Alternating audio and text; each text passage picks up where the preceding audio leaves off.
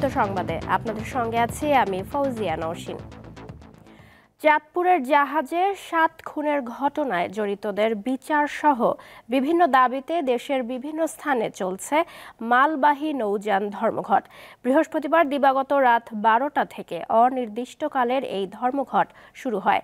বাংলাদেশ নৌযান শ্রমিক ফেডারেশন এর ডাক দিয়েছে। নৌযান শ্রমিকদের কর্মবিরতির কারণে ভোগান্তিতে পড়েছেন ব্যবসায়ীরা। সম্প্রতি চাঁদপুরের মেঘনায় একটি জাহাজে ৭ জন খুন হন।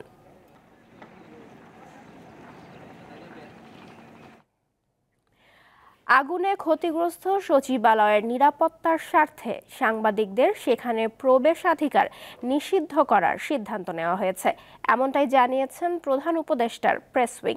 আজ সকালে প্রধান উপদেষ্টার কার্যালয় থেকে এক প্রেস বিজ্ঞপ্তিতে এই তথ্য জানানো হয়। এতে আরও বলা হয়েছে, সরকার শিগগিরই বিদ্যমান প্রেস অ্যাক্রিডিটেশন কার্ডগুলো পর্যালোচনা করবে এবং নতুন অ্যাক্রিডিটেশন কার্ড ইস্যু করার জন্য নতুন আবেদন নেওয়া হবে। যে কোনো ইভেন্টের জন্য অস্থায়ী দৈনিক অ্যাক্সেস কার্ড নিজ নিজ মন্ত্রণালয় থেকে জারি করা হবে বলেও বিজ্ঞপ্তিতে উল্লেখ করা হয়। প্রধান উপদেষ্টার প্রেস সচিব শফিকুল আলম বিজ্ঞপ্তিটি তার ফেসবুকে দিয়েছেন।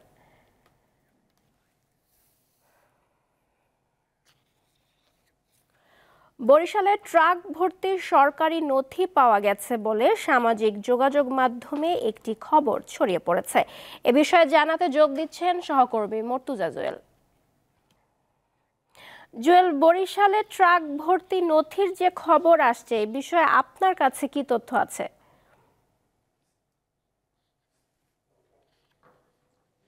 নওশিন, বরিশালে গতকাল রাতে নগরীর শহরতলি এলাকায় সরকারি 2 ট্রাক নথি পাওয়ার যে ঘটনাটি ঘটেছে, এটি আসলে একটি সত্য ঘটনা। কিন্তু মূলত এই নথিগুলো ছিল গত 1 যুগেরও বেশি সময় পুরনো নথি এবং এটি মূলত ওই সরকারি যে দপ্তর, শিক্ষা প্রকৌশল অধিদপ্তর, সেই ভবন থেকেই ময়লার ভাগাড়ে এগুলো নিয়ে যাওয়া হচ্ছিল।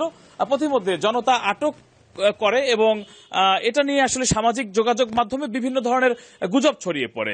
নওশিন, আপনি জানেন যে বৃহস্পতিবার ঢাকাতে সচিবালয়ে মধ্যরাতে যে অগ্নিকাণ্ডের ঘটনাটি ঘটেছিল, তো এরকম একটি খবর প্রচার করা হয়েছিল সামাজিক মাধ্যমে যে সচিবালয়ের নথিপত্র বরিশালে জব্দ করা হয়েছে, 2 ট্রাক নথি, এবং মুহূর্তের মধ্যেই বিষয়টি কিন্তু একেবারেই যেটাকে ভাইরাল বলা হয়, সেই ভাইরাল হয়ে যায়। তবে আমরা তাৎক্ষণিক ঘটনাস্থলে গিয়েছিলাম এবং আমরা অনুসন্ধান করে যে বিষয়টি জানতে পেরেছি, মূলত এই যে শিক্ষা প্রকৌশল অধিদপ্তরের নিস্তালার যে গোডাউন, এই গোডাউনের রুম থেকেই এই নথিগুলো মূলত বের করা হয়। মূলত 2 ট্রাক নথি 1992 সাল থেকে 2010 সাল পর্যন্ত এই দপ্তরের বিভিন্ন ঠিকাদারি কাজের যে শিডিউল, বিভিন্ন ধরনের নোটশিট, বিভিন্ন ধরনের টেন্ডার সংক্রান্ত যে কাগজপত্র রয়েছে, সেগুলো মূলত এই ভবনটির মধ্যে ছিল।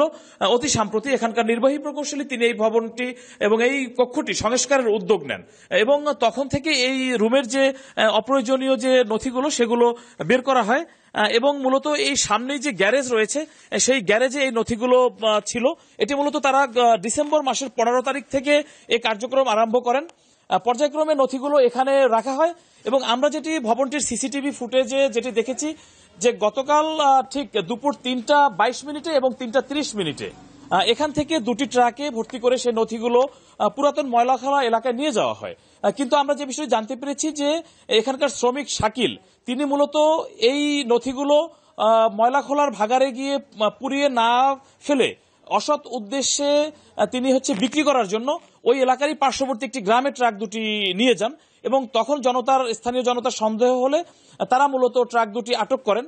পরবর্তীতে শিক্ষা প্রকৌশল অধিদপ্তরের যারা কর্তা ব্যক্তিরা রয়েছেন তারা সেখানে যান, পুলিশের উপস্থিতিতে সেই নথিগুলো তারা ফিরিয়ে নিয়ে আসেন এবং এ বিষয়ে আমাদের সঙ্গে কথা বলার জন্য আমরা যুক্ত করতে চাই শিক্ষা প্রকৌশল অধিদপ্তরের নির্বাহী প্রকৌশলী শহীদুল ইসলাম, তিনি আমাদের সঙ্গে যুক্ত আছেন। জনাব শহীদুল ইসলাম, কি করে আপনার দপ্তরের নথি আসলে পুরাতন ময়লাখোলা এলাকায় 2টি ট্রাকে করে নিয়ে যাওয়া হলো? আসলে এই নথিগুলো 1992 সাল থেকে একদম অপ্রয়োজনীয় পোকামাকড় দিয়ে এই রুমটা ভাগাড়ে পরিণত হয়েছিল, আপনারা দেখেছেন ইতিমধ্যে। তো এগুলো আসলে আমরা যে শ্রমিক দিয়ে এটি আমার কর্মকর্তার উপস্থিতিতে পোড়ানোর জন্য ভাগাড়ে পাঠিয়েছি, তিনি অসৎ উদ্দেশ্যে নিয়ে পার্শ্ববর্তী গ্রামে গেলে আটক করার পরে আমি সেখানে উপস্থিত হয়ে এটি স্থানীয় প্রশাসনের মাধ্যমে এই কাগজপত্রগুলো পুনরায় এবার এখানে নিয়ে আসি, যাতে পরবর্তীতে আমাদের জেলা প্রশাসনের কথা বলে আসলে এটি কোনো অবৈধ কোনো কিছু কিনা। এটি সম্পূর্ণ যে গুজবটি তৈরি হয়েছে এটি অবান্তর এবং এটি হচ্ছে যে ওই শ্রমিকের অসৎ উদ্দেশ্যের কারণে তৈরি হয়েছে এবং এগুলো আমরা যারা আসলে অসৎ উদ্দেশ্যে এই সরকারি নথিগুলো অন্য একটি এলাকায় নিয়ে গেল, যদিও এটি অপ্রয়োজনীয় পরিত্যক্ত নথি, তাদের বিরুদ্ধে কোনো ব্যবস্থা নেওয়া হয়েছে কিনা? আসলে তখন আমি গতকালকে আমি তাদের বিরুদ্ধে ব্যবস্থা নেওয়ার জন্য ওখানে যে পুলিশ প্রশাসন ছিল এবং যে জেলা প্রশাসন তাদেরকে অলরেডি অবগত করেছি এবং আজকে সকালে ইতিমধ্যে আমাদের যে সেনাবাহিনীর যে ক্যাম্প রয়েছে সেখানে ইতিমধ্যে তারা সেই শ্রমিককে ডেকে তারা সেখানে তাকে জিজ্ঞাসাবাদ করে প্রয়োজনীয় ব্যবস্থা গ্রহণ করতেছেন। নওশীন, আমরা যেটি জানতে পেরেছি যে শ্রমিক শাকিল, যিনি ট্রাকটি ময়লার ভাগারে না নিয়ে বিক্রির উদ্দেশ্যে অন্যত্র নিয়ে যাচ্ছিলেন, তাকে সেনাবাহিনী হেফাজতে নিয়েছে এবং আসলে প্রকৃতপক্ষে এ ধরনের ঘুণে খাওয়া নথি, ঘুণে পোকায় কেটে ফেলা নথি, যেটি আসলেই পরিত্যক্ত নথি, এগুলো মূলত সেই ট্রাকে ছিল। এটা নিয়ে আসলে কোনো বিভ্রান্তির অবকাশ নেই, এমনটি আসলে আমরা সরজমিনে পরিদর্শন করে জানতে পেরেছি। নওশীন, বরিশাল থেকে জানাচ্ছিলেন সহকর্মী মর্তুজা জুয়েল। ভারতীয় গণমাধ্যম আনন্দবাজারের একটি সংবাদের প্রতিবাদ জানিয়েছে বাংলাদেশের আন্তঃবাহিনী জনসংযোগ পরিদপ্তর ISPR। আজ সংবাদ মাধ্যমে পাঠানো এক প্রতিবাদ লিপিতে বলা হয়েছে, 27 ডিসেম্বর পত্রিকাটির অনলাইন সংস্করণে বাংলাদেশ সেনাবাহিনী সম্পর্কে বিভ্রান্তিকর ও ভিত্তিহীন তথ্য উপস্থাপন করা হয়েছে। ISPR বলছে, পাকিস্তান সেনাবাহিনীর কোনো প্রশিক্ষক দল বা প্রতিনিধি দল বাংলাদেশের কোনো সেনানিবাসে প্রশিক্ষণের জন্য আসার পরিকল্পনা নেই। এই দাবি ভিত্তিহীন এবং বাস্তবতার সঙ্গে সামঞ্জস্যপূর্ণ নয়। বাংলাদেশ সেনাবাহিনী চাহিদার ভিত্তিতে বিভিন্ন দেশ থেকে প্রয়োজনীয় গোলাবারুদ সংগ্রহ করে বলেও জানায় ISPR। মাদারীপুরের কালকিনিতে ইউপি সদস্য আক্তার শিকদার সহ 3 জনকে হত্যার ঘটনায় এলাকায় আতঙ্ক বিরাজ করছে। সেখান থেকে যোগ দিচ্ছেন সহকর্মী মোহাম্মদ রফিকুল ইসলাম। রফিক, হত্যাকাণ্ডের পর কালকিনির এই মুহূর্তের পরিস্থিতি এবং এই বিষয়ে কাউকে গ্রেফতার করা হয়েছে কিনা আমাদের জানান। জি নওশীন, আপনাকে ধন্যবাদ। আমি এই মুহূর্তে আছি মাদারীপুরের কালকিনি উপজেলার বাঁশগাড় ইউনিয়নের এই নয়াকান্দি গ্রামে। আপনারা জানেন যে গতকালকে কিন্তু এই এলাকায় আধিপত্য বিস্তারকে কেন্দ্র করে স্থানীয় সুমন চেয়ারম্যান এবং এই 8 নং ওয়ার্ডের মেম্বার আক্তার হোসেন শিকদার এবং তার ছেলে মারুফ শিকদার সহ আক্তার শিকদার আরেকজন সহযোগী সিরাজুল ইসলাম চৌকিদারকে কিন্তু হত্যা করা হয়। গতকালকে থেকে কিন্তু এই এলাকায় পুরো থমথমে অবস্থা বিরাজ করছে। এই ঘটনায় আমরা স্থানীয়ভাবে জানতে পেরেছি যে গত কয়েক বছর ধরে আক্তার শিকদার এবং সুমন চেয়ারম্যানের সাথে কিন্তু দ্বন্দ্ব চলে আসছে। তারই জেরে কিন্তু আক্তার শিকদার এবং তার ছেলে সহ এই গেল কয়েক মাস কিন্তু তারা পলাতক ছিলেন। গত পরশুদিন অর্থাৎ বৃহস্পতিবার কিন্তু এই বাড়িতে কিন্তু প্রায় 20-25টি ঘরে ওই সুমন চেয়ারম্যানের লোকজন তারা কিন্তু এখানে আগুন দেয়। পরবর্তীতে আক্তার শিকদার এবং তার ছেলে ঢাকায় ছিল, তারা কিন্তু আসে। গতকাল সকালে আমরা জানতে পেরেছি যে এই এলাকায় তারা কিন্তু পুরো রেড দিয়ে অর্থাৎ সুমন চেয়ারম্যানের লোকজন লাঠি সোটা বোম বারুদ গুলি বোমার সহ সবকিছু দিয়ে কিন্তু এলাকায় ঘিরে ফেলে। এরপরে কিন্তু তারা এই সুমন আক্তার চেয়ারম্যান আক্তার শিকদার এবং তার ছেলে মারুফ এরা দৌড়ে কিন্তু স্থানীয় খাসের হাট ব্রিজের কাছে এই বাড়ি থেকে প্রায় 1 কিলোমিটার দূরে ওখানে চলে গেল। ওখানে কিন্তু বোমার আঘাত এবং গুলির আঘাতে তারা কিন্তু মারা যায়। আজ সকালে এই এলাকায় কিন্তু আমরা জানতে পেরেছি যে আরো কয়েকটি বোম বিস্ফোরণের ঘটনা ঘটেছে। পরবর্তীতে কিন্তু স্থানীয়ভাবে এখানে র্যাব, সেনাবাহিনী, স্থানীয় পুলিশ এবং ঢাকা রেঞ্জের ডিআইজি আব্দুল মাহবুদের নেতৃত্বে কিন্তু পুলিশের একটি দল এখানে পরিদর্শন করে দুপুর 12টার দিকে।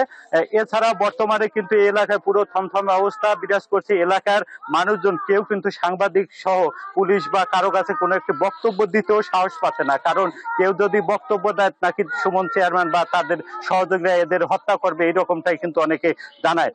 এছাড়াও কিন্তু গতকাল লাশ উদ্ধার করে কিন্তু মাদারীপুরে ময়না তদন্তের জন্য নেওয়া হয়েছে। লাশ এখন পর্যন্ত এখানে আসেনি, লাশ কিছুক্ষণের মধ্যে আসার কথা রয়েছে, আমরা এখানে স্থানীয়ভাবে জানতে পেরেছি।